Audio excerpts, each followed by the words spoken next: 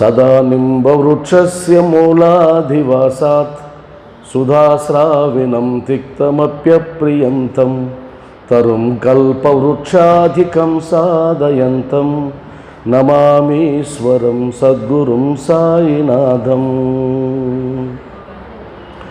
गुरुब्रह्मा गुरुर्विष्णुः गुरुर्देवो महेश्वरः गुरुसाक्षात् परब्रह्मा तस्मै श्री गुरवे नमः। तस्मै श्री गुरवे नमः। ओम श्री सच्चिदानंद समर्थ सद्गुरु साईनाथ महाराज की जय। साईनाथ महाराज की जय। साईनाथ महाराज की जय। साई बंधुलारा, శ్రీ సాయిబాబా అనుమతి అనుగ్రహం మేరకు ఈరోజు నుంచి ప్రతి ఆదివారం ఈ సమయంలో కూర్చొని కాసేపు సత్సంగం చేసుకోవాలని నిర్ణయించుకున్నాం. ఆయన అనుగ్రహం లేకపోతే ఇక్కడ మనం కూర్చోలేమని మీ అందరికీ తెలుసు. అయితే ఈ సత్సంగం ఇంతకుముందు అనేక సార్లు మీరు వినుంటారు. ఇంతకుముందు రెగ్యులర్గా ఇక్కడికి వచ్చి సత్సంగం చెప్పిన వాళ్ళు ఉన్నారు. అంటే దాని విలువ మీకు తెలిసే ఉంటుంది.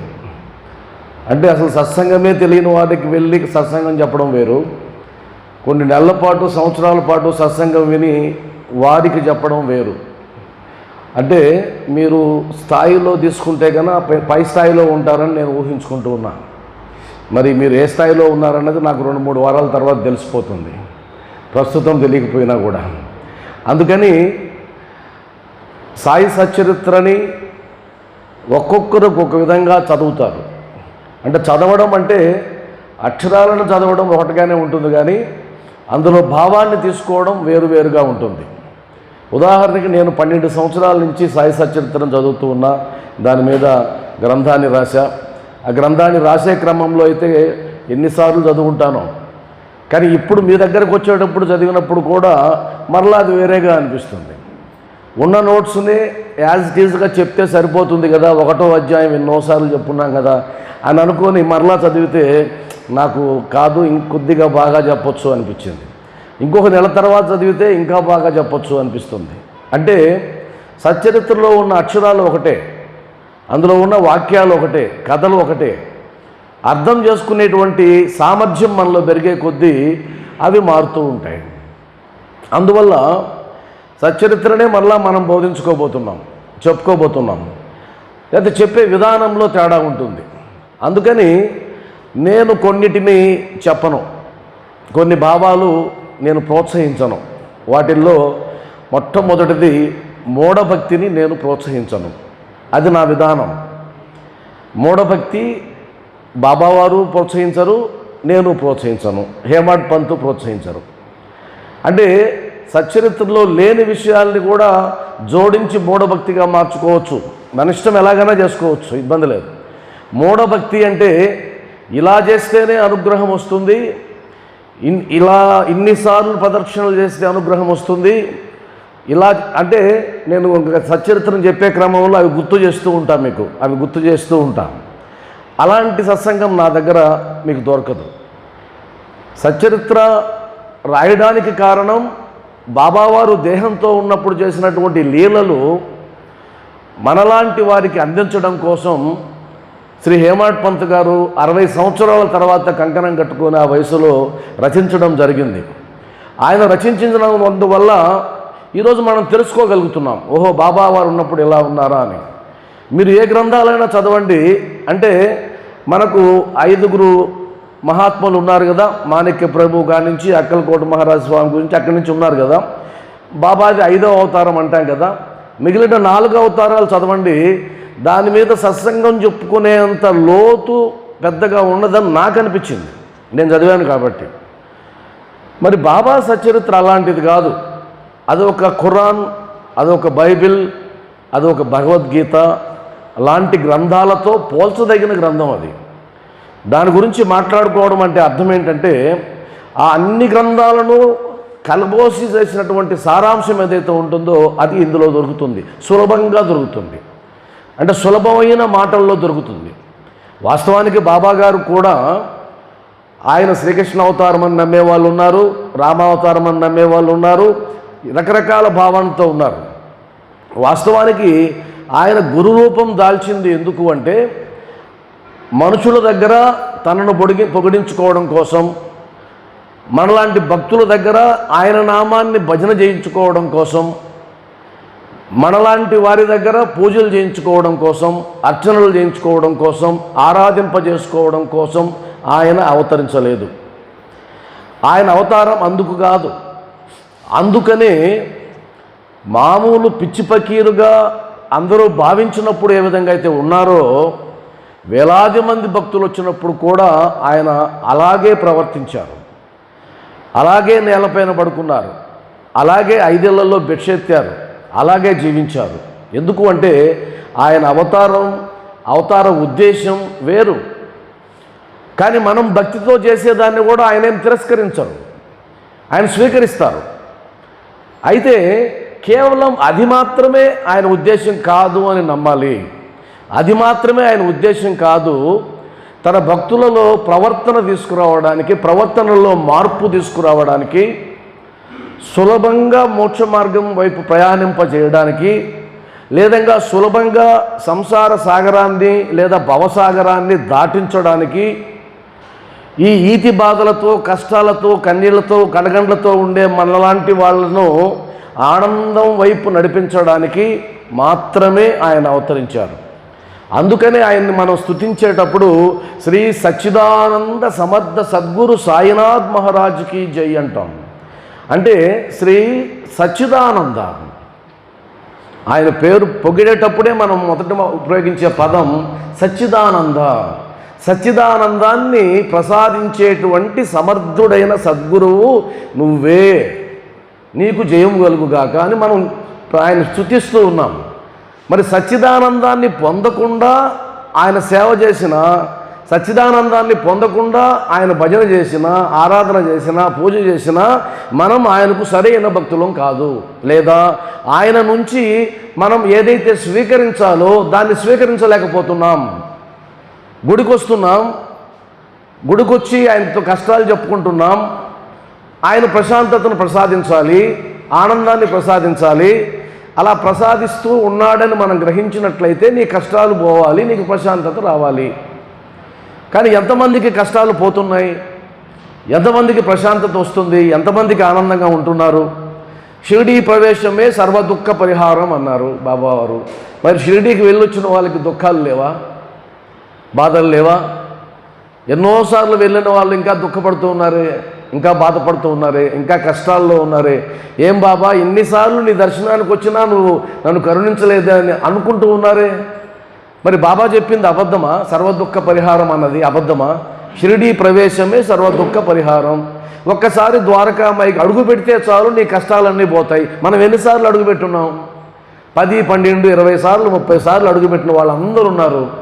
మరి వాళ్ళందరి కష్టాలు పోతున్నాయని అడగండి ఒకసారి. ఏమండి, మీరు షిరిడీకి వెళ్ళొచ్చారు కదా, మీ కష్టాలన్నీ పోయినాయా? ఆనందంగా ఉన్నారా?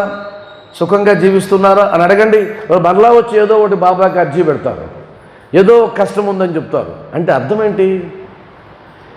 కేవలం ఒకవైపు మాత్రమే మనం ప్రయాణం చేసినట్లయితే బాబా వారి నుంచి సంపూర్ణమైనటువంటి అనుగ్రహాన్ని పొందలేము.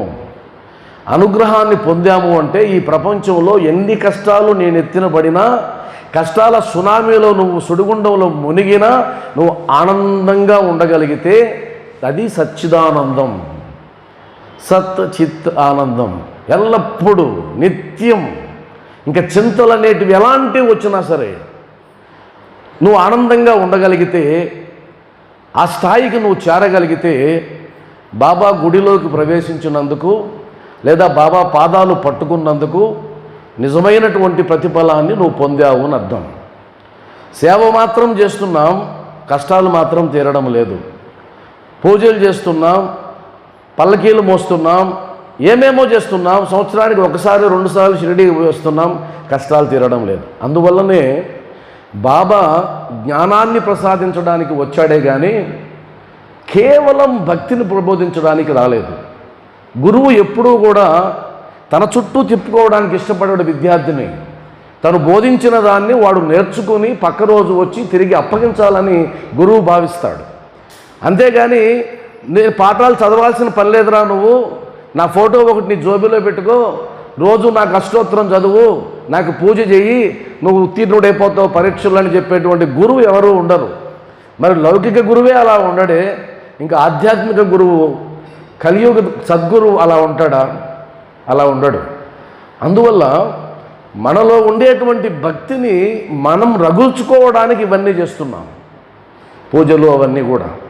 కానీ నిజంగా బాబా భక్తులం మనం కావాలి అంటే, ఆయన నుంచి అనుగ్రహాన్ని పొందాలంటే శ్రీ సాయి సచ్చరిత్రని, అందులో ఉన్నటువంటి మర్మాలని, భక్తుల ద్వారా ఆయన ప్రబోధించినటువంటి విషయాలని అర్థం చేసుకుని, తిరిగి ఆ సమస్య వచ్చినప్పుడు గుర్తు చేసుకుని జీవితంలో ఆచరణలో పెట్టి, ఇదిగో నేను బాబా భక్తుణ్ణి భక్తురాలని కాబట్టి నేను ఇవాళ ఆనందంగా ఉండగలుగుతున్నాను అని నువ్వు అనగలిగితే అప్పుడు మాత్రమే నిజమైన సాయి భక్తుడు లేదా సాయి భక్తురాలు. అథవా అలా కాకుని పక్షంలో మనం కూడా గురువారం భక్తుల్లాగానో, లేదా ఎప్పుడో మనకు అవకాశం వచ్చినప్పుడు, మూడు వచ్చినప్పుడు పోయిద్దాంలే గుడికి ఏమవుతుంది అనేటువంటి భక్తుల జాబితాలోకి చేరిపోతాం. అలా ఉంటే గనక ఈ జన్మలో ఆయన నుంచి మనం అనుగ్రహాన్ని సంపూర్ణంగా పొందలేము. పొందినామని అనుకోని భ్రమలో వెళ్ళిపోవాల్సిందే అంతే.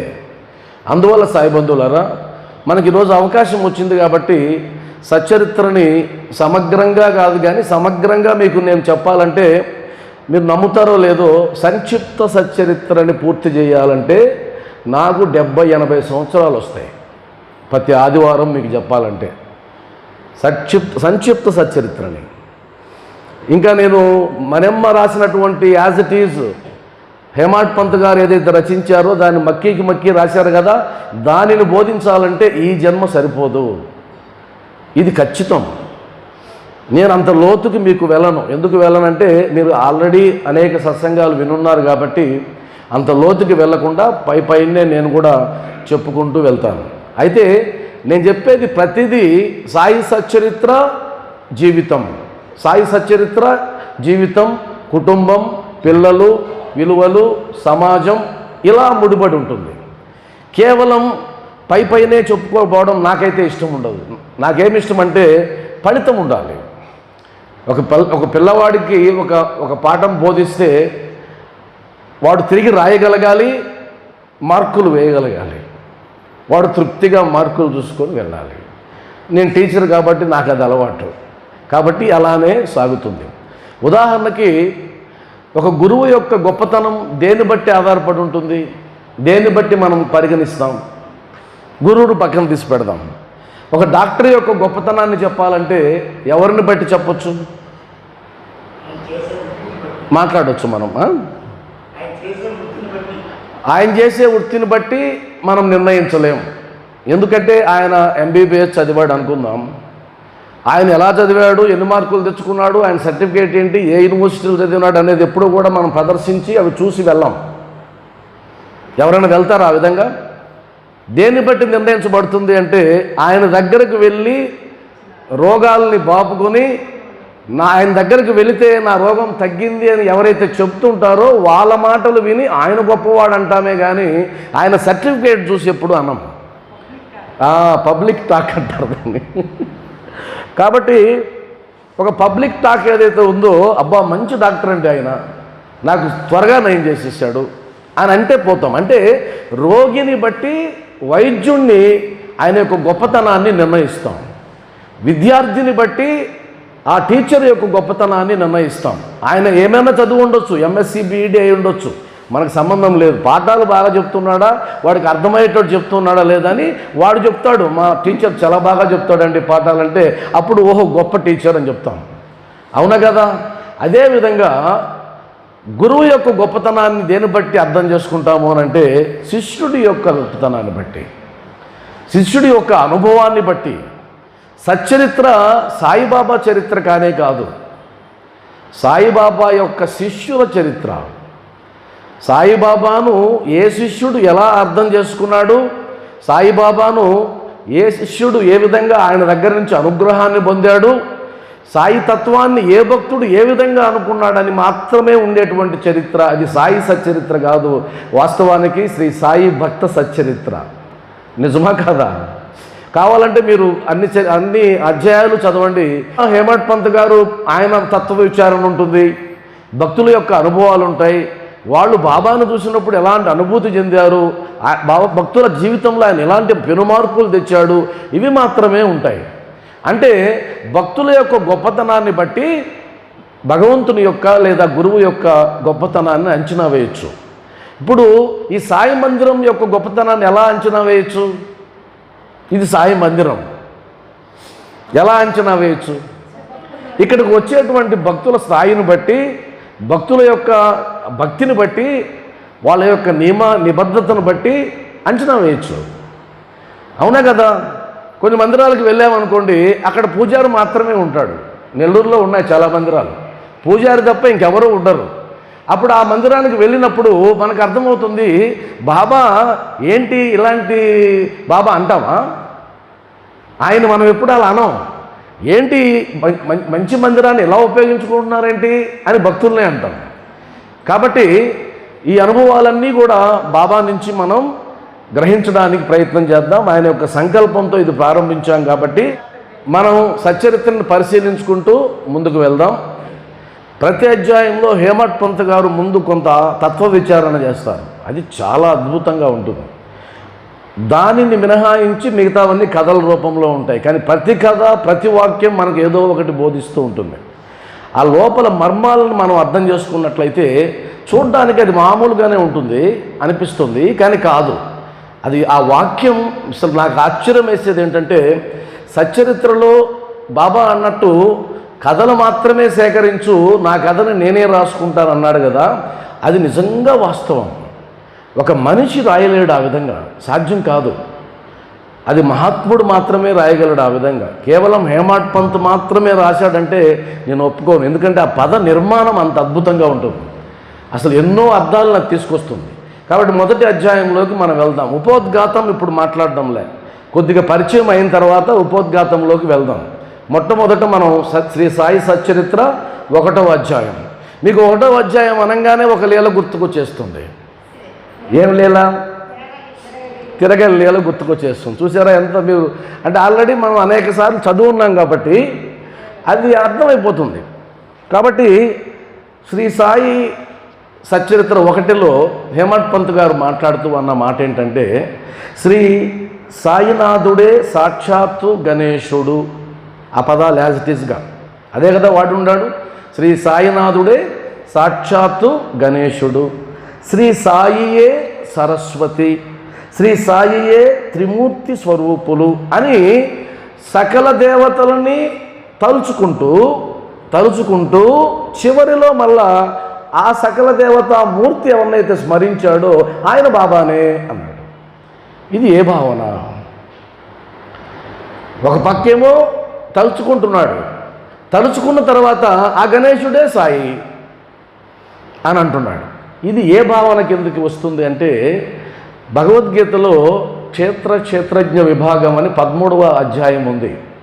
అందులో 10వ శ్లోకంలో శ్రీకృష్ణ భగవానుడు చెప్పినటువంటి ఒక పదం అందుకు వర్తిస్తుంది. ఆ పదం ఏంటంటే అవ్యభిచారిణి భక్తి అంటారు.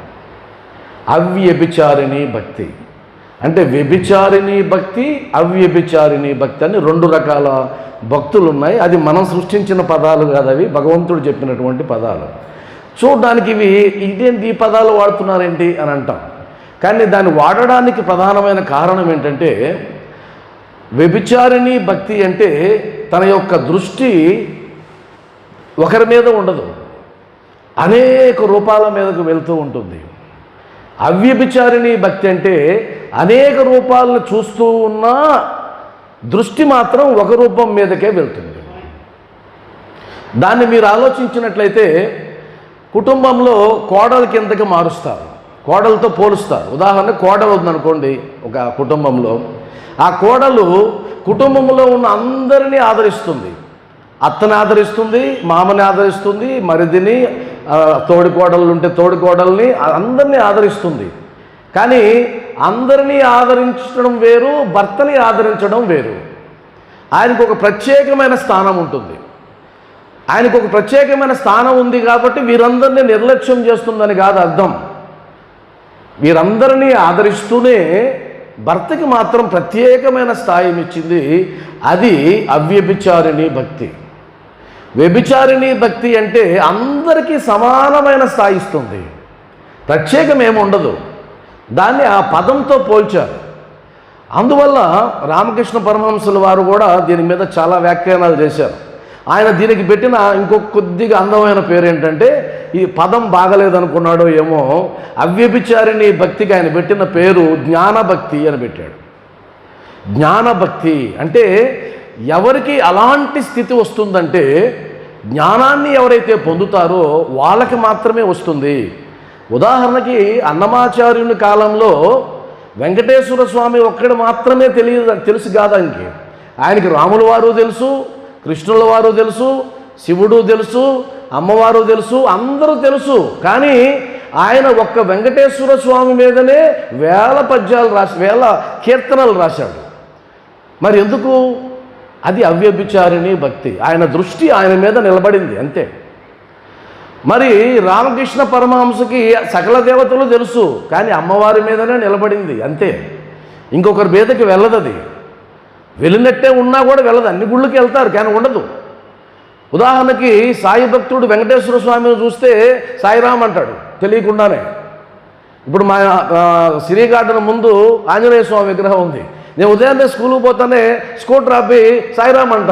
ఆయన చూసి తెలియకుండానే వచ్చేస్తుంది అది. సాయిరామ్ అంట, జై సాయిరామ్ అంట. అంటే ఆంజనేయుడే ఆడు ఉండేది. ఎందుకంటే ఆ హనుమంతుడే నేర్పించాడు మనకు. ఆ హనుమంతుడు ఆయన చిరంజీవి కదా, అన్ని యుగాల్లో ఉంటాడు కదా. ద్వాపర యుగంలో కూడా ఉన్నాడు ఆయన హనుమంతుడు. ఒకసారి వచ్చి నేను సీతారాములను దర్శించాలి అని గట్టిగా పట్టుబట్టాడట. అప్పుడు శ్రీకృష్ణుడు చెప్పాడు రుక్మిణితో, వాళ్ళతో ఇక వదిలేటట్లు లేడు, నువ్వు సీతమ్మ వారిగా నేను శ్రీరాముడిగా మన నిజ దర్శనాలు ఇద్దామని చెప్పి వాళ్ళు అలా కనిపించాడు. ఆయన మైమర్చిపోయి రామ రామ రామ అంటూ భజన చేస్తూ వాళ్ళిద్దరు చుట్టూ తిరిగాడు. కాసేపు అయిన తర్వాత మళ్ళా కృష్ణ అవతారంలోకి వచ్చాడు. అయినా కూడా కృష్ణ అని పిలవడు, రామ అనే పిలుస్తాడు. అది భక్తి. కాబట్టి వివేకానందుడికి అందరికీ తెలుసు, కానీ రామకృష్ణ పరమహంసే ఆయన గురువు. హేమాడ్ పంత్ అనేక గ్రంథాలు చదివాడు, అనేక మంది గురువులను దర్శించాడు, కానీ సాయిబాబా మీదనే ఆయన మనసు నిలబడింది. రిటైర్ అయిన తర్వాత ఆయన గురించే ఆలోచించి ఆయన మీదనే గ్రంథం రాశాడు. అందువల్ల ఆయన ఎందుకు ఆ పదాలు వాడాడు అంటే, అందరినీ ఆదరించాలి కానీ ఒకరి మీద మాత్రమే నీ దృష్టి నిలవాలి. దానిని ఏమంటామంటే ఏకదృష్టి ఏకధ్యానం అని అంటాం. ఒక రూపమే అంతే. ఉదాహరణకి అమ్మ అనుకోండి, మా అమ్మ ఉంది, మీలో కూడా నేను అమ్మను చూడగలను. ఇప్పుడు ఆమెను చూస్తే మా అమ్మ అనగలను, సాక్షాత్తు మా అమ్మలాగా ఉన్నారండి అంటానే, కానీ మా అమ్మ కాదు, కానే కాదు. మా అమ్మ మా అమ్మే, ఎప్పటికీ మా అమ్మ మా అమ్మే, అవునా కదా?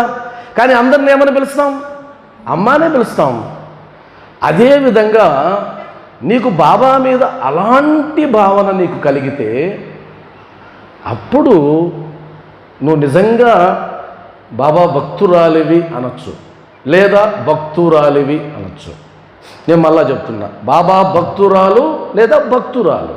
భక్తురాలు అంటే ఇక్కడికే వస్తుంది, ఆడికే పోతుంది, రామ మందిరం పోతుంది, కృష్ణ మందిరం పోతుంది, ఎక్కడికైనా పోతుంది, ఆమె భక్తురాలు. కానీ బాబా భక్తురాలు అనడానికి అధికారం లేదు.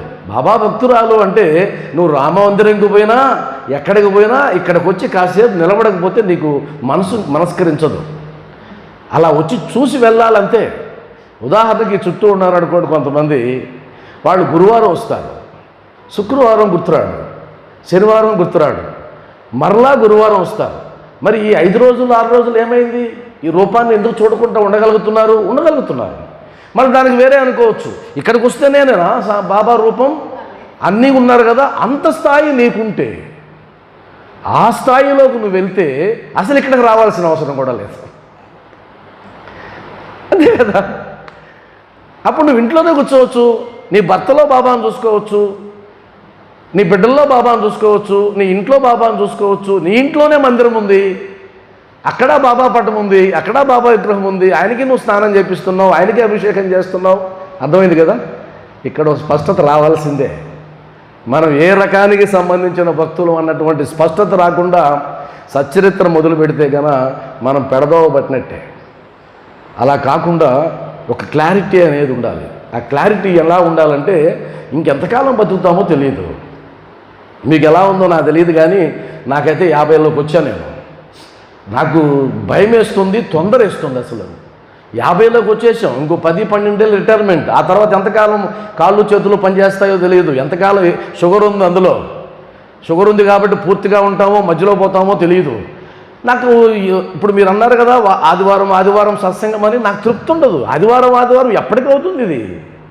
అబ్బా రోజు పెట్టుకుంటే బాగున్నాయి, రోజుకు 3 సార్లు పెట్టుకుంటే బాగున్నాయి, ఇలా ఉంటుందన్నమాట. అంటే ఇక్కడ శాశ్వతంగా ఉండే పని అయితే ఏం ప్రాబ్లం లేదు. ఒక 1000 సంవత్సరాలు అనుకోండి, ఏముంది, సచ్చరిత్ర నిదానంగా చదువుకోవచ్చు.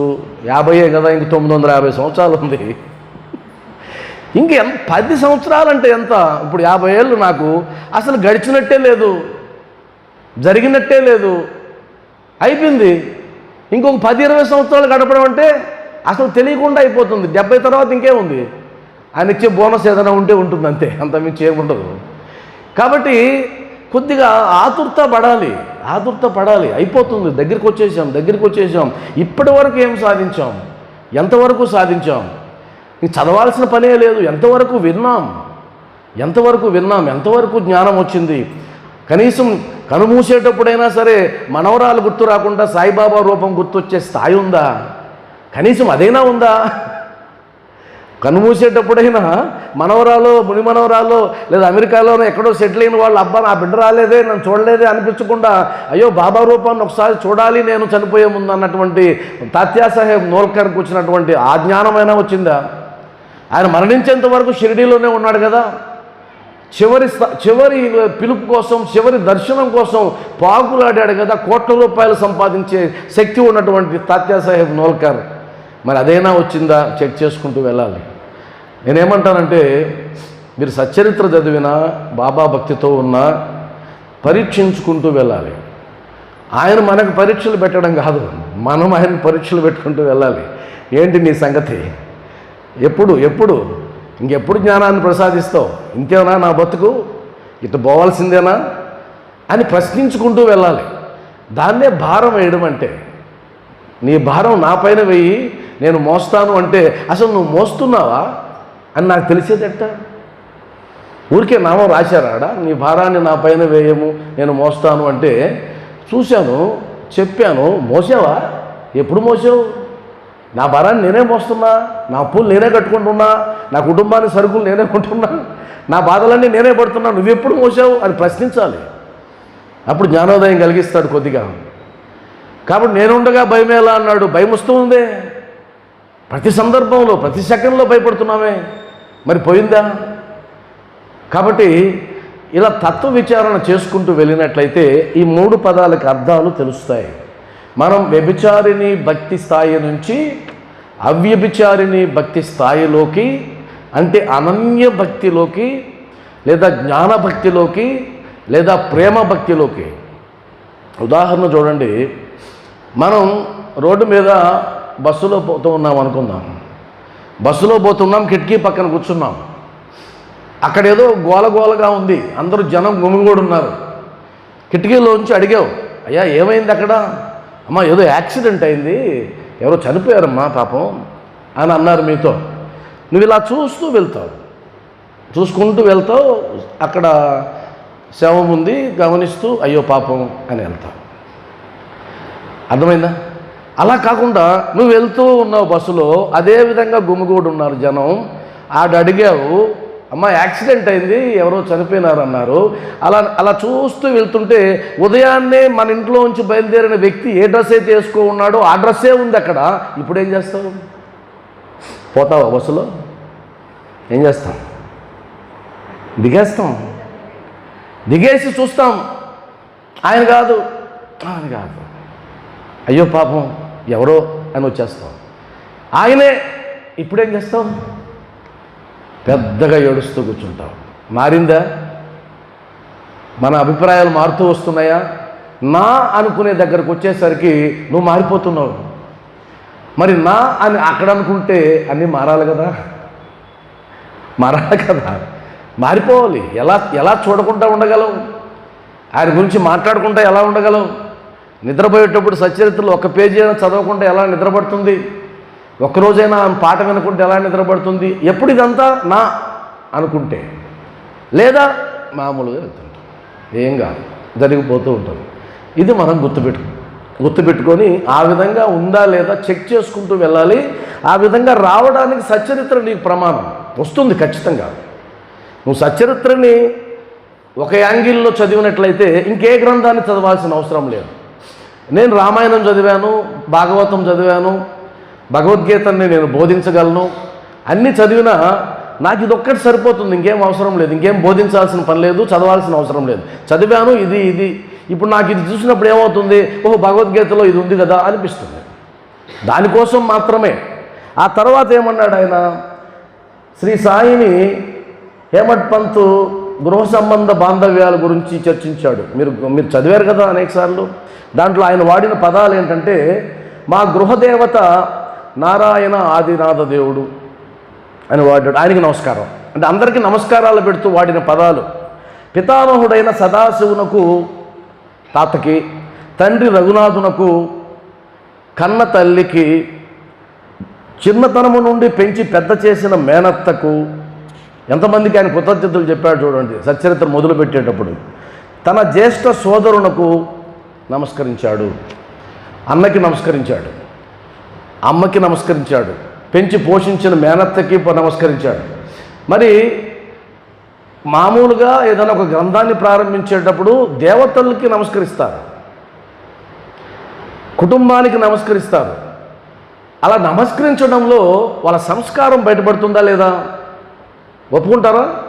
సంస్కారం అనే పదం, మరి ఈ సంస్కారం ఎక్కడి నుంచి వస్తుంది? ఉదాహరణకి మనం చాలామందిని గమనిస్తూ మాట్లాడతాం, నీ సంస్కారం లేదయా అంటాం. అంటే ఏంటి సంస్కారం? ఎక్కడి నుంచి వస్తుంది ఇది? ఇది మనం ఆలోచించినట్లయితే హేమడ్ పంత్ గారి జీవితంలోకి వెళ్ళాలి. ఆయన పెరిగిన వాతావరణం, పుట్టిన వాతావరణం, ఆయన అదంతగానో మనకు గుర్తొచ్చేస్తే, అది చదివితే అప్పుడు ఈయన ఎందుకు ఇలా మాట్లాడాడో మనకు తెలుస్తుంది. అందువల్లనే కుటుంబ బాంధవ్యాలకి పెద్దపీట వేసినటువంటిది సచ్చరిత్ర. మీరు కావాలంటే గమనిస్తూ వెళ్ళండి.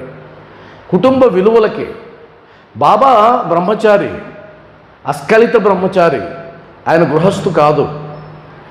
కానీ ఆయన ఎవరిని కూడా సన్యాసాశ్రమంలోకి వెళ్ళమని ప్రోత్సహించలేదు. అలాగని చివరి వరకు ఆ బంధాలనే తగులుకుని జీవించమని చెప్పలేదు, రెండూ లేదు. కాబట్టి సన్యాసాశ్రమంలోని ప్రోత్సహించలేదు, గృహస్థాశ్రమంలోనే చివరి వరకు ఉండమని చెప్పలేదు. కొంతమందికి విధించాడు కదా, భార్యాభర్తలను దూరం చేశాడు కదా సచ్చరిత్రలో, మనకు తెలుసు కదా. ఎందుకలా దూరం చేశాడు? వదులుకోవాలి నువ్వు ఇంకా బంధాన్ని. ఆ బంధాన్ని వదులుకోకపోతే నీకు ఇంకా మోక్ష మార్గం లేదని విడదీశాడు భార్యాభర్తల్ని. ఉద్యోగాన్ని పోగొట్టాడు కదా ఒకరికి, ఎవరికి? ఆయన సేవ చేసుకోవడానికి ఉద్యోగాన్ని పోగొట్టాడు. ఎవరు ఆ భక్తుని పేరు? ఇందాక మీరు పాట విన్నారే, శరణు శరణు శరణు అని. ఆ పాట పాడిన ఆయనే. అంటే సినిమాలో ఆ పాత్రధారి దాసగను మహారాజ్. దాసగను మహారాజ్ పోలీస్ కానిస్టేబుల్, మీకు తెలుసు. ఆయన తమాషా కథలు చెప్పుకునేవాడు. తర్వాత హరికథలు చెప్పడం మొదలుపెట్టాడు బాబా సేవలోకి వచ్చిన తర్వాత. ఉద్యోగం వదలలేదు. ఒకసారి చెప్పాడు, మర్యాదగా వెళ్ళా. రెండోసారి చెప్పాడు, మర్యాదగా వెళ్ళా. ఇక ఆయన ఏం చేయాలో చేశాడు, బాగా మెలిపెట్టాడు. బాబా నాకు అర్థమైంది, నేను వదిలేస్తున్నా ఉద్యోగాన్ని, వదిలేసి ఈయన సేవలోకి వచ్చాడు. మరి బాబాని అర్థం చేసుకోవడం అంత సులభమా? అంత సులభంగా అర్థమైపోతాడు ఆయన? అర్థం కాడు. అందుకని నా చర్యలు అగాధాలు, నా లీలలు ఇంకా మర్మాలని చెప్పాడు. అంత తమాషా కాదు. అయితే మొత్తాన్ని అర్థం చేసుకుంటే కనుక ఆయన తత్వం అర్థమవుతుంది. దాన్ని సాయి తత్వం అంటారు. తత్వం అర్థం కావాలి అంటే ఆయన గురించి పూర్తిగా తెలుసుకోవాలి. గుడ్డివాడు ఏనుగుని ఎలా వర్ణిస్తాడో తెలుసు కదా మనకు, ఆ కథ విన్నారు కదా. గుడ్డివాడు ఏనుగుని ఒక్కొక్క భాగాన్ని పట్టుకున్నప్పుడు ఒక్కొక్క విధంగా ఉందని వాడు వర్ణిస్తాడు. కానీ ఎవరు ఏనుగుని కరెక్ట్గా వర్ణించగలరు? ఎవరైతే సంపూర్ణ రూపాన్ని చూశారో, ఏనుగు యొక్క సంపూర్ణ రూపాన్ని చూశారో వాళ్ళు మాత్రమే ఏనుగు ఇలా ఉంది అని చెప్తారు. అంటే దాని అర్థమేంటి? సచ్చరిత్రని పూర్తిగా మనం అర్థం చేసుకున్న తర్వాత అప్పుడు మనకు అధికారం వస్తుంది. సాయి తత్వం అంటే ఇది. అప్పటికి కూడా మనకు ఆ అర్హత వస్తే, ఆ స్థాయి మనకు వస్తే. కాబట్టి కుటుంబ బంధాలకు విలువిచ్చి వాళ్ళను స్మరించి బాబా కథని రాయడానికి ఆయన పురమాయించుకున్నాడు. ఆ తర్వాత బాబా దగ్గరికి వెళ్ళడం అది వేరే సంగతి, అది వేరే అధ్యాయంలో వస్తుంది. ఇక్కడ మనం ఎలాంటి కుటుంబ సంబంధ బాంధవ్యాలు నేర్పిస్తున్నాం మన పిల్లలకి? అత్త అంటే ఎవరు, మామ అంటే ఎవరు, వాళ్ళ ఇంటికి వచ్చినప్పుడు ఏం చేయాలి, ఎలా పిలవాలి అని నేర్పిస్తున్నారా? ఈ మధ్యకాలం గమనించండి. అసలు ఎవరైనా బంధువులు ఇంటికి వచ్చినప్పుడు మన పిల్లలకి వాళ్ళని పరిచయం చేసి అది ఉందా? సాంప్రదాయం ఇప్పుడు వస్తుందా? లేదంటే వాళ్ళ పాటికి రిమోట్ చేతిలో పెట్టుకొని ఆ రిమోట్ చూసుకుంటూ ఉంటే మీరు అరిచి, నాయన అత్త వచ్చిందిరా, రిమోట్ ఆపరా, నువ్వు టీవీ ఆపరా అనే దాకా నేను ఆపనబో అనే పిల్లలు తయారవుతున్నారు కదా. కొంతమంది ఉన్నారు కదా. మరి ఆ కొంతమందిని ఎలా మార్చాలి? బాబా భక్తులైతే మార్చాల్సిందే, తప్పదు. అలా మార్చాలి అంటే ఆయన గురించి తెలుసుకోవాలి కదా, ఆ బాంధవ్యాల విలువ తెలుసుకోవాలి కదా. మనం తీసుకుపోయి అడవిలో వదిలిపెట్టేశారనుకోండి, మనం 4 అంతస్తుల బిల్డింగ్ కట్టాం అడవిలో. ఎందుకు? ఎవరో చూపించుకుంటాం 4 అంతస్తుల బిల్డింగ్ కట్టి? ఇక్కడైతే కడతాం ఎందుకు? అందరికీ చూపించుకోవచ్చు, అందరినీ పిలుస్తాం, కార్డులు ఇస్తాం. ఎందుకు అంటే సమాజంలో బతికేటప్పుడు అందరూ కావాలి మనకు. స్నేహితులు కావాలి, బంధువులు కావాలి, కుటుంబంలో అవ్వ తాత అన్ని విలువలు ఉండాలి. విలువలు లేకుండా ఒక సాయి కుటుంబం ఉంది అంటే అది సాయి కుటుంబం కాదు. విలువలతో ఉండాలి. ఆ విలువలు ఉండాలి అక్కడ, మనం నేర్పించాలి పిల్లలకి. అందుకనే సత్సంగాలకి వాటికి పిల్లల్ని పనిగట్టుకుని లక్ రావాలి. మీ ఇంట్లో చదివే పిల్లలు ఎవరన్నా ఉంటే చదవాల్సిన, ఇప్పుడంటే ఎగ్జామ్ టైం కాదు నేను చెప్పేది, మామూలుగా చదవాల్సిన పని లేదు నాయన, నువ్వు మరలా చదువుకుందు, నువ్వు వచ్చి కూర్చో, విను అంతే. నువ్వు ఎలా వింటావు ఎలా నాకు అనవసరం, నువ్వు కూర్చొని విను అని పిల్లల్ని తీసుకొచ్చి ఇలాంటి సత్సంగ కార్యక్రమాల్లో లేదా సాయంత్రం గుడికొచ్చేటప్పుడు చేయబట్టి తీసుకొచ్చి అక్కడ నిలబెట్టి అలాంటి ఆధ్యాత్మిక భావనలు గనక వాటిలో మనం రేపకపోతే ఇప్పుడుండేటువంటి సమాజం చాలా ప్రమాదకరమైనటువంటి సమాజం. అంతే కదా. ఇంకా రాబోయే కాలం ఎలా ఉంటుందో ఊహించడానికి కూడా వీల్లేదు. అందువల్ల భక్తి అనేది ఎందుకు అంటే మనల్ని సంస్కరించడానికి. సంస్కారం ఎక్కడి నుంచి వస్తుంది అంటే జన్మతః వస్తుంది. అది ఒకటి ఉంది, జన్మతః వచ్చేది ఒకటి ఉంది. అంటే వాడు గత జన్మల్లో దొంగ అయి ఉంటే కనుక ఇప్పుడు రాజైనా కూడా వాడు దొంగతనం చేయడానికే సిద్ధపడతాడు. దాన్ని వాసనలు అంటాం. వాసనలు అలా వస్తాయి. అవి తీసి పక్కన పెడితే కనుక సంస్కారం అంటే అర్థం ఏంటి అంటే భక్తిని కలగలిపి వాడికి విలువలు నేర్పిస్తే వచ్చేదే సంస్కారం. ఈ కాలాన్ని బట్టి మనం చూసినట్లయితే సంస్కారాన్ని నేర్పించాలనే దానికి ఆయన ఉదాహరణగా అవన్నీ చెప్పుకుంటూ వచ్చాడు. తల్లిదండ్రుల గురించి, తాత ముత్త, ఇంకా పెంచిన మేనత్త గురించి ఆమెను కూడా మర్చిపోలే. అంటే అంత అనుబంధాలు ఉన్నాయి. కాబట్టే బాబా వారు ఆయన ఎంచుకున్నారు సచ్చరిత్ర రాయడానికి. మరి అందరికీ అవకాశం ఇవ్వచ్చు కదా, ఇవ్వడు. ఇప్పుడు ఉదాహరణకి గుడి కట్టాలి, కుమార్ గారు ఒక్కరేనా గుడి కట్టే స్థాయి ఉండే వ్యక్తి? ఇంకెవరు లేరా ఇక్కడ చుట్టుపక్కల? ఇంకా పెద్ద స్థాయి ఉన్న వాళ్ళు ఉండొచ్చు, డబ్బున్న వాళ్ళు కూడా ఉండొచ్చు. కానీ ఆయన్ని ఎందుకు ఎంచుకున్నారు? అంతే, ఆయన దృష్టిలో పడితేనే మనల్ని ఎంచుకుంటాడు. బాబా దృష్టి మన మీద ఉంటే ఆయన మనకు ఏదో బాధ్యత ఇస్తాడు. బాధ్యత ఇచ్చాడు అంటే దృష్టి పడిందని అర్థం. ఆయనకు చిమ్మే వాళ్ళైనా ఒకటే, పూజారైనా ఒకటే. బాబా వరకు నేను చెప్పేది, పూజారికి ఎంత విలువ ఇస్తాడో మసీదు ఊడ్చేవాడికి కూడా అంతే విలువ ఇస్తాడు ఆయన. ఆయనకి భేదాలు ఏమి ఉండవు. ధర్మకర్తకి ఎంత విలువ ఉంటుందో పల్లకి మోసేవాడికి కూడా అంతే విలువ ఉంటుంది ఆయన ఆయన ఆయన దర్బార్లో, సాయి దర్బార్లో. అందువల్ల నువ్వు ప్రేమతో అంత చక్కెర పొంగలు తీసుకొచ్చి పెట్టావు అనుకోండి, అహంకారంతో ఒక అతను బంగారు కిరీటం చేయించాడు అనుకోండి, బాబావారు ఎవరికి విలువిస్తాడు?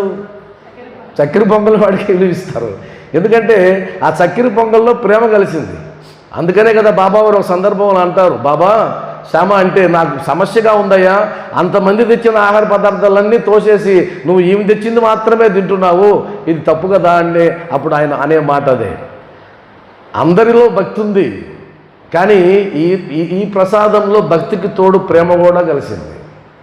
అందుకని ప్రేమస్వరూపుడు ఆయన. ఆ ప్రేమ కలిస్తేనే అద్భుతాలు జరుగుతాయి. కుటుంబంలో ప్రేమ ఉంటేనే ఆ సంస్కారాలు అలా ముందుకు వెళ్తూ ఉంటాయి. అందుకని దాన్ని అలా చెప్పుకొచ్చాడు. ఆ తర్వాత వచ్చింది ఏంటి అంటే కనుక గోధుమల లీల. ఇది అందరికీ తెలిసిన లీల. దీని గురించి ప్రత్యేకంగా మనమే వివరించాల్సిన అవసరం లేదు. కానీ గోధుమల లీలలోకి ప్రవేశిస్తే అసలు ఎన్ని విషయాలు నేర్చుకోవచ్చో ఒక్క లీలలోనే. మీకు ఆ కథ అంతా తెలుసు కదా. ఏంటా కదా, బాబా వారు ఉదయాన్నే లేచి ఆయన అంతా సిద్ధపడి గోతం పరుచుకొని ఎరగలన్నీ పెట్టి ఆయన గోధుమలు విసరడానికి ఉపక్రమించాడు.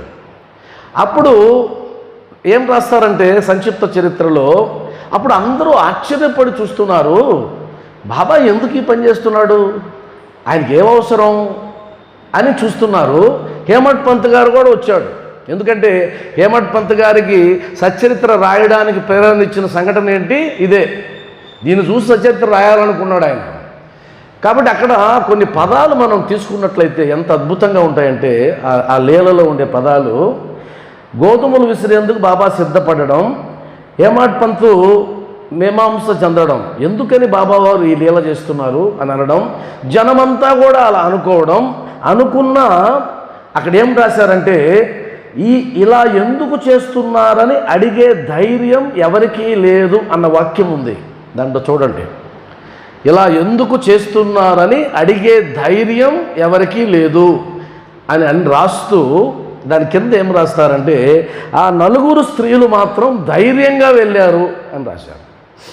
ఇక్కడ 2 పదాలు, ధైర్యం లేదు, ఇక్కడ 4 స్త్రీలకి ధైర్యం వచ్చింది.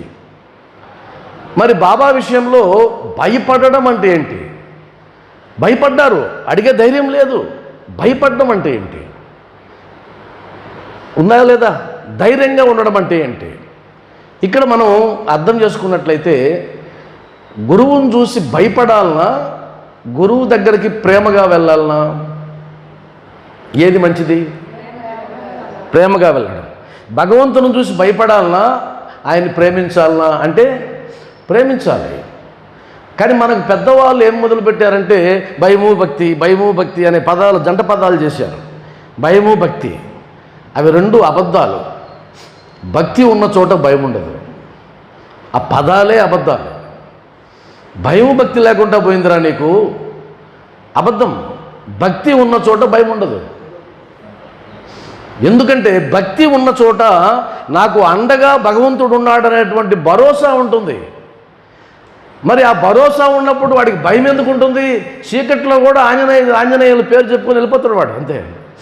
ఆంజనేయ శతకం ఏదో ఒకటి చెప్పుకొని, తెలుసు కదా మనకు, దెయ్యం గియ్యం ఏం లేదు, ఆంజనేయ దండకం చెప్పుకొని వెళ్ళిపోతూ ఉంటాడు. ఎందుకంటే భయం రాదు, భగవంతుడు తోడున్నాడు. కాబట్టి అవి పరమ చెత్త పదాలు పరిచయం చేశారు, భయము భక్తి. అందుకని మనం ఏం తయారైనామంటే 3 హారతలు ఇవ్వాలన్నా, 4 హారతలు ఇవ్వాలన్నా, ఇట్ట తిప్పాలన్నా, అట తిప్పాలన్నా, 1 కడ్డీ వెలిగించాలన్నా, 3 కడ్డీలు వెలిగించాలన్నా, ఇది పెద్ద ప్రదర్శనలు. ఎన్ని చేస్తే మేలు? 3 చేస్తే మేలా, 5 చేస్తే మేలా, 9 చేస్తే మేలా? దీనికి తగినట్టు కొంతమంది తయారయ్యారు అవతార పురుషులు ఈ టీవీలో తయారైపోయి రకరకాల వేషాలు వేసుకొని వాళ్ళు అది చేయండి ఇది చేయండి అంటే పరిగెత్తడం. భయపడ్డాము అంటే మనకు భక్తి లేదని అర్థం. అసలు మీకు దైవిక లక్షణాలు అని భగవద్గీతలో చెప్తారు, ఒక 23 లక్షణాలు. దాంట్లో మొట్టమొదటి పదం దైవిక లక్షణాలు, అసుర లక్షణాలు, అంటే రాక్షస గుణాలు, దేవతల గుణాలు. అందులో మొట్టమొదటిది నిర్భయం. భయం అనేది అసలు ఉండకూడదు. ఎందుకంటే ఇప్పుడు నీ జేబులో 1000 రూపాయలు ఉందనుకోండి, పోతుందని భయం. ఖాళీ జేబుతో ఉండేవాడికి ఏం భయం? అంతే కదా. అంటే ఇప్పుడు నీ దగ్గర ఏదో ఉందని భయపడుతున్నావు. ఏముంది నీ దగ్గర అసలు భయపడడానికి? మళ్ళీ మాట్లాడేటప్పుడు మళ్ళీ వైరాగ్యాలు మాట్లాడతాం కదా మనం. ఏమి తీసుకొచ్చాము, ఏమి మోసుకెళ్తాము అని వైరాగ్యాలు మాత్రం మాట్లాడతావే, భలే వైరాగ్యం. మరి ఏం తీసుకొచ్చావు? భయం ఎందుకు నీకు? ఏం తీసుకుపోతావు బోడిగాడి తోటకి? ఏం లేదు కదా, నీకేం సంబంధం అసలు. లాస్ట్కి నీ చేతిలో ఉండే ఉంగరం కూడా కుదరదు, తీసి పారేస్తారు అంతే. అసలు భయపడాల్సిన పనే లేదు. నువ్వేం తీసుకొస్తే కదా, నీ దగ్గర ఏం ఆస్తుందని భయం. నువ్వు ఎన్ని అంతస్తులు కట్టినా చివరికి బండేసేది అక్కడే కదా. చివరికి నీ కోసం ఏదో ఒక చెట్టు ఉంటుంది, ఆ చెట్టు కర్రలు నీకు ఉపయోగపడతాయి. అది ఇప్పుడు ఆల్రెడీ ఉంటుంది, ఎదుగుతూ ఉంటుంది ఒక సవక. నీకోసం భగవంతుడు వేస్తాడు, ఆ 2 సవకలు నీ కాడికి వస్తాయి, ఆ ఎదురు పొల్లలు నీ దగ్గరకు వస్తాయి, ఆ గడ్డి నీ దగ్గరకు వస్తుంది. నీకోసం ఒకడు కుండ తయారు చేస్తాడు, ఆ కుండ నీకోసమే తయారు చేస్తాడు. అది మనకు తెలియదు. ఇవన్నీ మన బ్యాక్గ్రౌండ్లో జరుగుతూ ఉంటాయి. ఇవన్నీ బ్యాక్గ్రౌండ్లో జరుగుతూ ఉంటాయి, మనకు తెలియదు. భగవంతుడు అన్నీ ఏర్పాటు చేసేస్తాడు. ఈ కుండ వాడికి రా, ఈ ఎదురు వాళ్ళకి, ఈ సవకలు వాడికి, ఈ పూలు వాడికి, అన్నీ వాడికి సిద్ధం చేసేస్తాడు ఆయన. మనం అంటాం కదా, భగవంతుడు నువ్వు అమ్మ కడుపులోకి రాకముందే పాలన సిద్ధం చేశాడు కదా, పాలన సిద్ధం చేశాడు అమ్మ రొమ్ములో. అంత గొప్పవాడు భగవంతుడు అంటాడు. అదేవిధంగా నేను చెప్తున్నా, పాలన ఎలా సిద్ధం చేశాడో నువ్వు వెళ్ళడానికి, ఆ చివరి ప్రయాణానికి అవసరమైనవి కూడా ఆయన సిద్ధం చేస్తాడు, మనకు తెలియదు. కాబట్టి భయము అనే పదం నీ లోపలికి జ్వరబడింది అంటే లోపల భగవంతుడు లేనట్టు అర్థం. ఎందుకంటే భగవంతుడు ఉండే హృదయంలో భయం ఉండే అవకాశం లేదు. సాయిబాబా ఉన్నాడండి నా హృదయంలో, ఎక్సలెంట్. ఇంక దేనికి భయపడవు. ఎందుకని? భారం వేసేసావు. నీకెందుకు భయం? ఏం జరిగితే జరగని, ఏం జరగాలని రాసిపెట్టుంటే జరుగుతుంది. మనం ఏమన్నా విధిరాతను మార్చగలమా? మన చేతుల్లో ఏమన్నా ఉందా? ఏం లేదు కదా. కాబట్టి ఆ భయం అనేది ఉండకూడదు భక్తిలో. అది చాలా సందర్భాల్లో వస్తుంది. ఇప్పుడు ఏం కావాలి? ఆ 4 స్త్రీలకు ఏమొచ్చింది? ధైర్యం వచ్చింది. ఆ 4 స్త్రీలు వెళ్ళారు, బాబాను పక్కకి జరిపారు, బాబా నామాన్ని, బాబా గీతాలని ఆలపిస్తూ పిండిని విసిరారు. 7 వరకు తెలిసిన కథ. అక్కడ ఉన్నటువంటి మాటలు ఏంటంటే, మనం నిర్భయంగా జీవించాలి, బాబా విషయంలో భయపడాల్సిన అవసరం లేదు అన్నది ఒకటి తీసుకోవాలి. ధైర్యంగా వెళ్ళారు. బాబా కాదు, మన బాబా ఏం చేస్తాడు? మళ్ళీ చూడండి, అంత ధైర్యం ఉన్న ఆ స్త్రీల మనసు ఎలా మారుతుందో ఆ సంఘటనలో గమనించినట్లయితే కన్నా, బాబా వారితో దెబ్బలాడారు. మీరు విసరడానికి లేదు, రండి బయటికి అని అన్నాడు. తర్వాత అయినా వారు బాబా లీలలను వర్ణించే గీతాలను గానం చేస్తూ గోధుమలు విసరసాగిరి. ఆ తర్వాత పదం అద్భుతమైన పదం. దీని గురించే 2-3 వారాలు చెప్పుకోవచ్చు ఆ ఒక్క పదం గురించి. అదేంటంటే, ఆ స్త్రీల యొక్క ప్రేమ గని, ఆ ప్రేమను చూసి, ప్రేమతో కదా వచ్చారు వాళ్ళు, ఆ ప్రేమను చూసి అరువు తెచ్చుకున్న కపట కోపం. నేను మళ్ళా చెప్తున్నాను, వాళ్ళ ప్రేమ గని అరువు తెచ్చుకున్న కపట కోపం. దాన్ని, ఆ పదాలను వదలొద్దు, గట్టిగా పట్టుకోవాలి దాన్ని. అరువు తెచ్చుకున్న కపట కోపం అంటే బాబా వారు దెబ్బలాడారని చెప్పారు కదా, వాళ్ళతో ఆ దెబ్బలాడింది నిజం కాదు, అది నటన. ఆ కోపం నిజం కాదు, నటన. కపట కోపం అంటారు. అరువు తెచ్చుకున్నాడు, అది కూడా సందర్భాన్ని బట్టి, అవసరం కాబట్టి ఆయన అరువు తెచ్చుకున్నాడు. ఆ కపట కోపం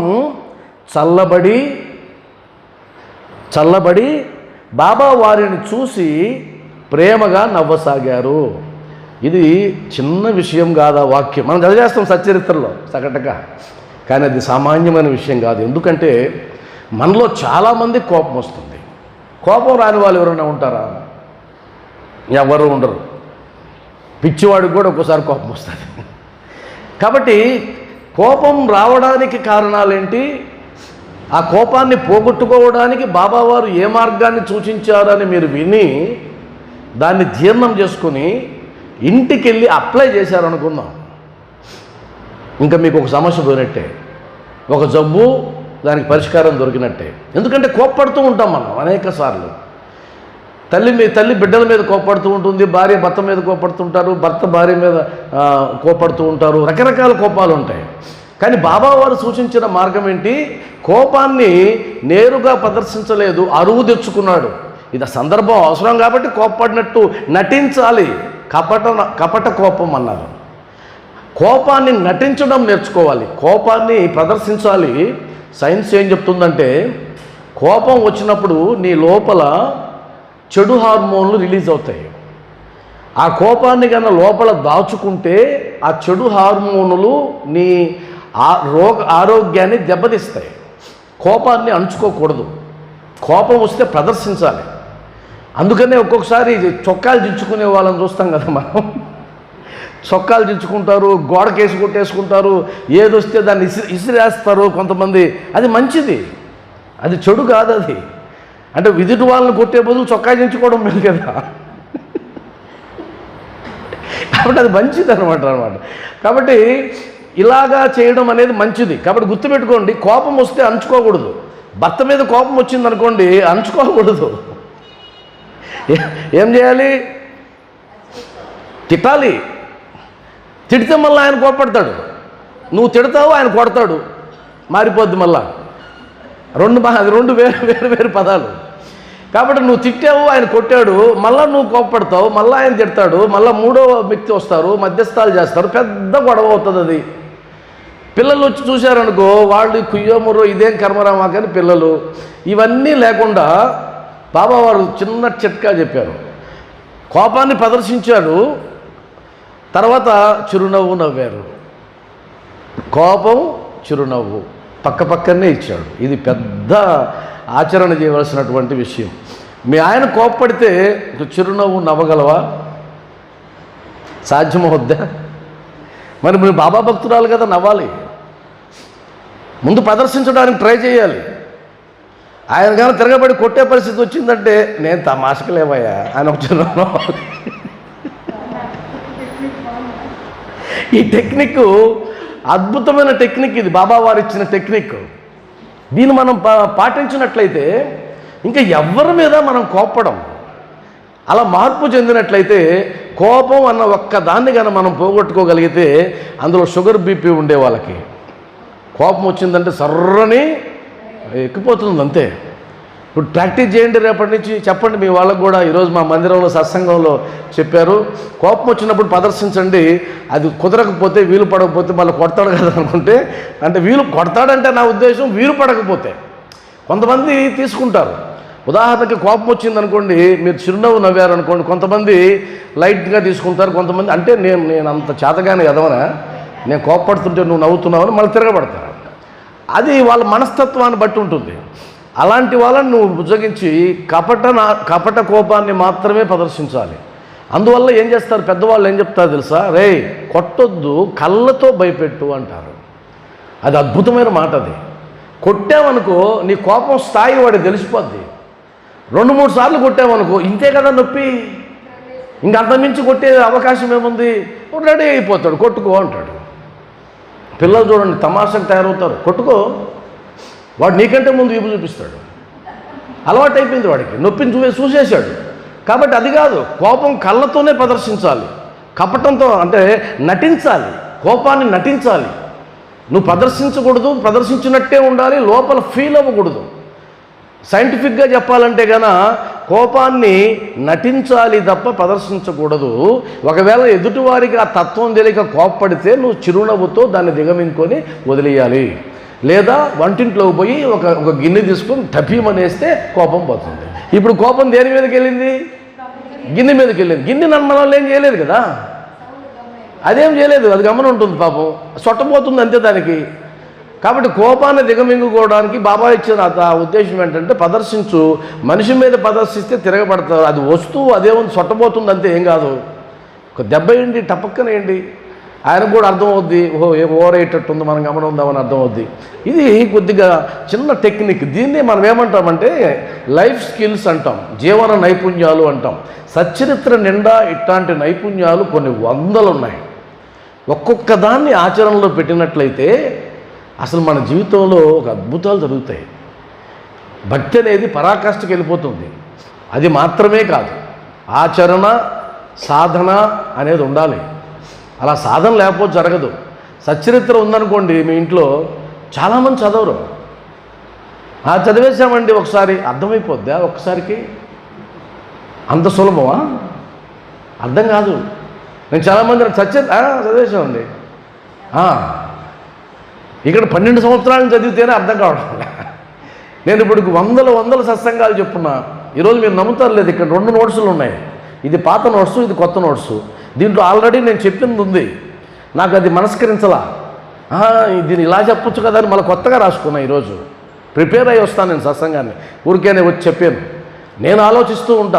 మీకు సత్సంగం చెప్పేది గంట, నేను ప్రిపేర్ అయ్యేది 1 వీక్. ఒక వారం రోజులు ఆ 4 మాటలే ఆలోచిస్తూ ఉంటా. అది నాకు ఉపయోగం. కాబట్టి సత్సంగం చెప్పడం వల్ల మిమ్మల్ని ఉద్ధరించడం ఏం కాదు, నన్ను నేను ఉద్ధరించుకోవడమే నాకు ఉపయోగం. అక్కడ 5 మంది కూర్చుంటే నాకేంటి, 10 మంది కూర్చుంటే నాకేంటి, నాకు అవసరం లే. నాకు వచ్చేటప్పుడు అనుకున్నాం, మేము ఇద్దరం అనుకున్నాం ఏమంటే, సత్సంగానికి పిలిచిన ఆయన రెడీగా ఉన్నాడు, సత్సంగం ఎవరి గురించి చెప్తామో ఆయన సిద్ధంగా ఉన్నాడు, సత్సంగం చెప్పే నేను కూడా సిద్ధంగా ఉన్నా. వినేవాళ్లే రావాలి. ఇప్పుడు వినేవాళ్ళు రావాలి. వీళ్ళందరినీ సులభంగా మార్చగలం, కానీ వాళ్ళ మార్చడం మన సాధ్యం అవుతుందా? అది సాధ్యం కాదు. ఇప్పుడు మీరెళ్ళి అయ్యా బాగుంది రండి ఒకసారి పోదామని ఇంకొక 2-3 పిలుచుకొని వస్తే తప్ప మనం పిలవం.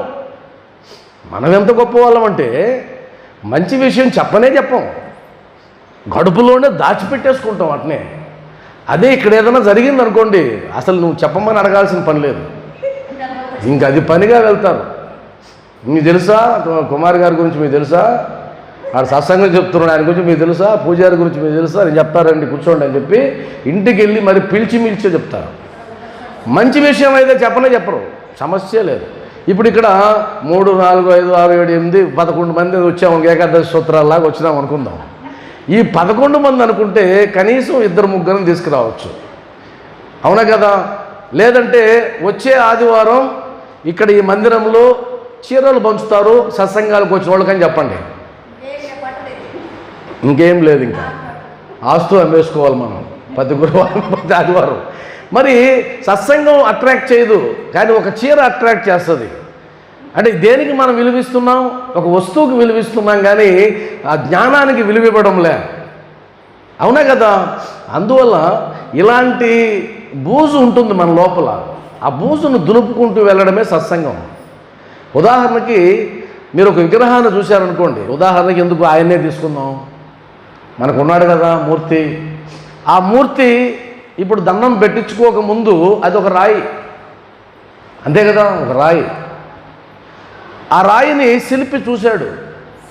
శిల్పి చూసినప్పుడు ఓహో కుమార్ గారు చెప్పినటువంటి కొలతల ప్రకారం ఉంది, నేను చెప్పాడు వెళ్ళి నాకు ఇంత ఉండాలి, ఇంత ఇలా నవ్వుతూ ఉండాలి, ఇలా ఉండాలి చెప్పి ఈ క్వాలిటీ ఉండాలి. ఆ శిల్పి ఏం చేశాడంటే ఆ రాయిని చూడగానే ఇదే సరిపోతుందని ఆ రాయిని తెప్పించుకున్నాడు. ఇప్పుడు అక్కడ రాయి ఉంది, కానీ ఆ రాయిలో ఎవరున్నారు? బాబావారు ఉన్నారు. ఆ బాబావారు ఉన్నట్టు ఎవరికి తెలుసు? శిల్పికి మాత్రమే తెలుసు, మిగతా వాళ్ళందరికీ బండరాయి అది. ఎవరన్నా వచ్చారనుకోండి ఎక్కడిదండి ఈ రాయి అంటారు, కానీ శిల్పి ఏం చూస్తున్నాడు? లోపల బాబాను చూస్తున్నాడు. ఇప్పుడు ఆ బాబా లోపల ఉన్నాడు, ఆయన చుట్టూ రాయి ఉంది. ఈ శిల్పి ఏం చేస్తాడంటే బాబావారిని చెక్కరు, బాబావారిని కప్పి ఉంచిన వేస్ట్ మెటీరియల్ని చెక్కుకుంటూ వెళ్తే లోపల ఉన్న బాబా వస్తాడు. వాస్తవానికి శిల్పి బాబావారిని చెక్కే అవకాశమే లేదు. అందువల్ల చాలామంది పొరపాటున ఏమంటారంటే బాబా విగ్రహాన్ని భలే చెక్కారండి, అబద్ధం. బాబా విగ్రహం చెక్కలేదు ఆయన, ఆ విగ్రహాన్ని కప్పి ఉంచినటువంటి వేస్ట్ మెటీరియల్ని చెక్కుకుంటూ వచ్చాడు. అప్పుడు లోపల ఉండే బాబా బయటకు వచ్చాడు. అర్థమైంది కదా? కాబట్టి నీ లోపల కూడా ఒక భక్తురాలు ఉంది, సాయి భక్తురాలు ఉంది, సాయి భక్తుడు ఉన్నాడు, ఒక ఆధ్యాత్మిక చింతన చేసే వ్యక్తి ఉన్నాడు, కానీ వేస్ట్ ఉంది చాలా. ఆ వేస్ట్ని కొట్టుకుంటూ రావాలి నువ్వు, కొట్టుకుంటూ వస్తే అప్పుడు నీకు దండం పెట్టే స్థాయికి వెళ్తారు. అందువల్ల ఇప్పుడు గోధుమ లీలలో ఆగిపోతున్నాం. 4 స్త్రీలు వెళ్ళారు, ఆయన పక్కకి జరిపారు, అది విసురుతున్నారు. బాబా వాళ్ళ మీద కోపాన్ని నటించాడు, అది కపట కోపం, మళ్ళీ చిరునవ్వు నవ్వాడు. ఇక్కడికి ఆగాం. వచ్చే వారం ఆ మిగతా కథ చెప్పుకోవడానికి ప్రయత్నం చేద్దాం. ఓం శ్రీ సచ్చిదానంద సమర్థ సద్గురు సాయినాథ్ మహారాజ్ కీ జై.